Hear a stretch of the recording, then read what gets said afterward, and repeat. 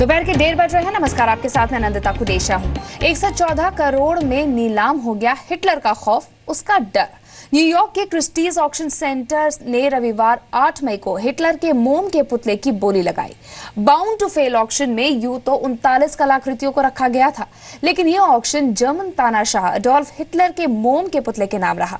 Italy के artist Maurizio Catalan ने 2001 में हिटलर का ये पुतला बनाया था। तभी से ये पुतला विवादों में रहा है। तो आखिर वो कौन है जिसने हिटलर के मोम के पुतले के लिए 114 करोड़ रुपए खर्च कर दिए? ये रिपोर्ट देखिए।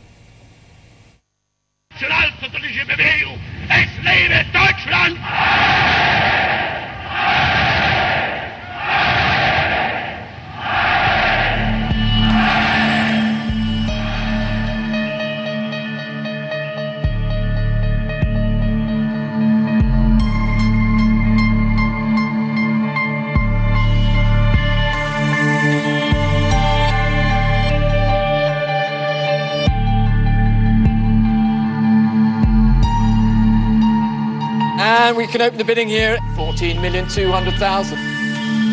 You have it. नीलाम हो गया हिटलर का खौफ।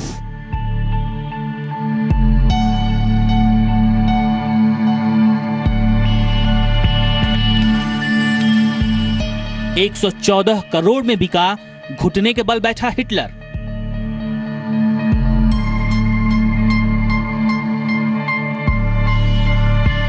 जर्मन तानाशाह के सबसे विवादित पुतले की लगी रिकॉर्ड बोली।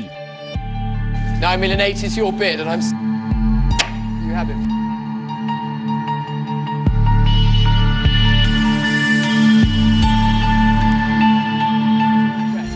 ये तस्वीरें न्यूयॉर्क के क्रिस्टी नीलामी घर की हैं। रविवार 8 मई को यहाँ हिटलर के नाम की बोली लगी। हिटलर का खौफ, उसका डर, सब नीलाम हो गया। एडोल्फ हिटलर का मोम का पुतला रिकॉर्ड 114 करोड़ रुपए में बिका। दुनिया में जब भी तानाशाही की बात होती है तो दिमाग में सबसे पहले हिटलर का नाम आता है। हिटलर का जमाना तो चला गया, लेकिन उससे जुड़ी हर चीज, हर निशानी नायाब हो गई।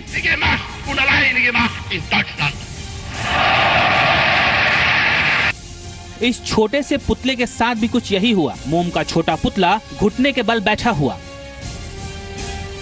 नजरें आसमान की तरफ। इस पुतले में यूं तो कुछ खास नजर नहीं आता, लेकिन बावजूद इसके ये पुतला नायाब है, क्योंकि ये हिटलर का पुतला है।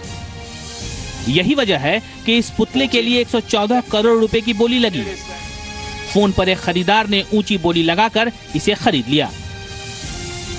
9,002,000 I have, 9,005,000 against you, 9,008,000 is your bid, and I'm selling then. कैटलन का ये पुतला जब एग्जीबिशन में रखा गया, इसको लेकर काफी हंगामा हुआ। इटली के आर्टिस्ट माउरिजियो कैटलन ने 2001 में ये पुतला बनाया था। उन्होंने इसे हिम नाम दिया है। कैटलन के इस आर्ट वर्क को सेकेंड वर्ल्ड वॉर के बाद का सबसे घटिया और नफरत फैलाने वाला माना जाता है, लेकिन ये कैटलन का अब तक का सबसे ज्यादा कीमत पर बिकने वाला आर्ट वर्क है। 2010 में जब इस पुतले के पोस्टर मिलान में छापे गए तो वहां के मेयर ने इसकी छपाई पर बैन लगा दिया। 2012 में वारसा के घेटो म्यूजियम में इस पुतले को रखने पर यहूदियों ने इसका विरोध किया था।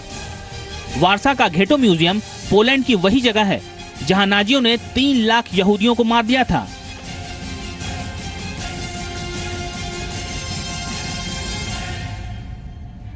लेकिन कैटलन आज बेहद खुश हैं। हिटलर का पुतला नीलाम होने पर उन्होंने कहा, हजारों बार मेरे मन में आया कि इस पुतले को तोड़ दूं, लेकिन हर बार मन बदलना पड़ा। हिटलर डर, नफरत और दर्द का नाम है। मैं किसी विवाद में नहीं पड़ना चाहता, लेकिन मैं इसे तोड़ भी नहीं सकता था। हाँ, मैं ये भी नहीं कहूंगा कि आप इसे पसंद करें। इस पुतले की इतनी ज्यादा बोली पाकर मैं बेहद खुश हूँ।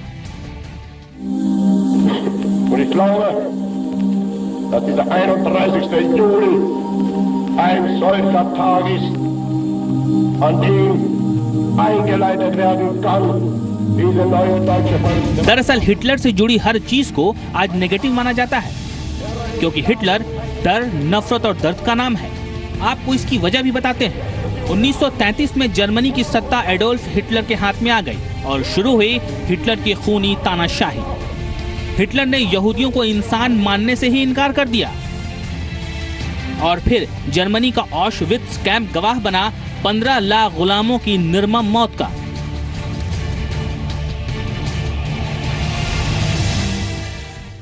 ये जगह है हिटलर की यातना का केंद्र। जी हाँ, वो जगह जहाँ के अंदर की तस्वीरें जब हम आपको दिखाएंगे तो आप अंदर तक कांप जाएंगे। ये वो जगह थी जहाँ आज से कई साल पहले इंसानों के हालत की तो बात छोड़िए, ऊपर आसमान से परिंदे उड़ते हुए भी डरते थे। आर्बेट मार्क फ्राई, इसका मतलब है कि काम करते जाओ और मरते जाओ। काम करते जाओ और मरते जाओ। तो ये वो यातना केंद्र था जो हिटलर, जो भी उसके कैदी होते थे, खासतौर से रशियन जो पकड़ते थे वो, उनको लेकर के इसके अंदर वो आता था और किस तरीके की यातना दी जाती थी, ये चीजें आज भी यहाँ पर देखने को मिलती हैं। इन कैंपों में हिटलर के आदेश पर रोजाना सैकड़ों लोगों को मौत के घाट उतार दिया जाता था। नाजी कैंपों में इंसानों की जिंदगी मौत से कम नहीं थी और मौत देने का तरीका ऐसा कि आज भी उसके किस्से सुनकर लोगों की आंखों में डर तैर जाता है। ये वही जगह है जो मैंने आपको पहले बताया था कि 2 हफ्ते में 10,000 लोगों को यहाँ पे मारा गया था। यही वो जगह है जहाँ पे 10,000 लोग मारे थे। यहाँ पे अगर हम पढ़ें, अगर आपका कैमरा वहाँ जाता है, वहाँ पे लिखा भी हुआ है कि कितने लोगों को मारा गया है यहाँ पे। और इसकी वजह क्या थी, किस वजह से इनको मारा गया? बस कैदी थे जी, और कैदियों को सजा थी और सजा ऐसे देते थे, कभी गोली मार दी, कभी गैस चैम्बर में डाल दिया।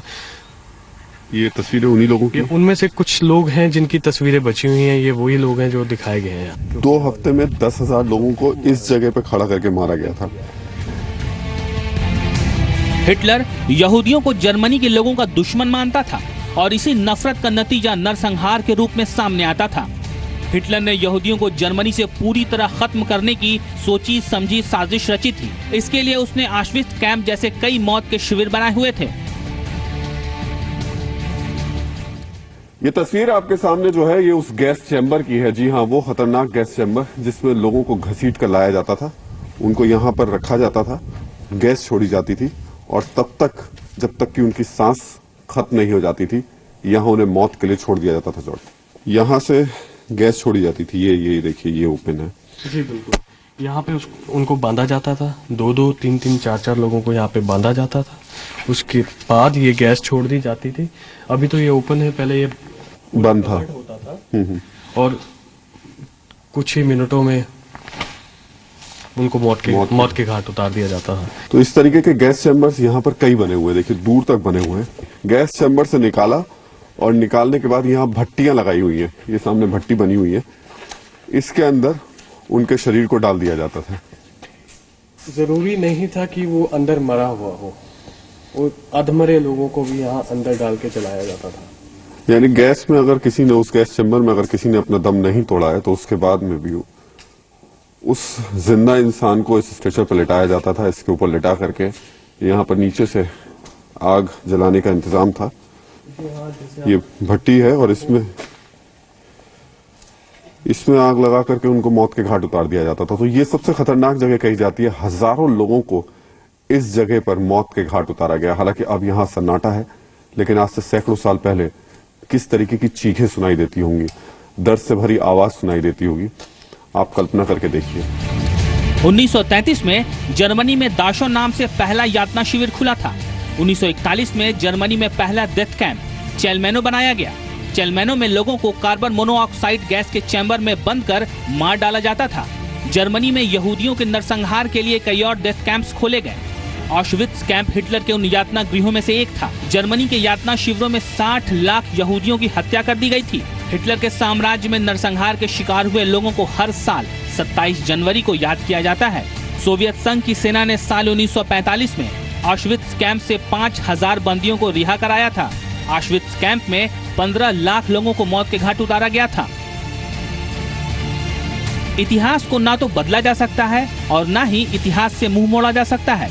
जरूरत इस बात की है कि खूनी इतिहास को जानकर उससे सबक लिया जाए। जर्मनी में राहुल सिन्हा के साथ ब्यूरो रिपोर्ट, जी मीडिया।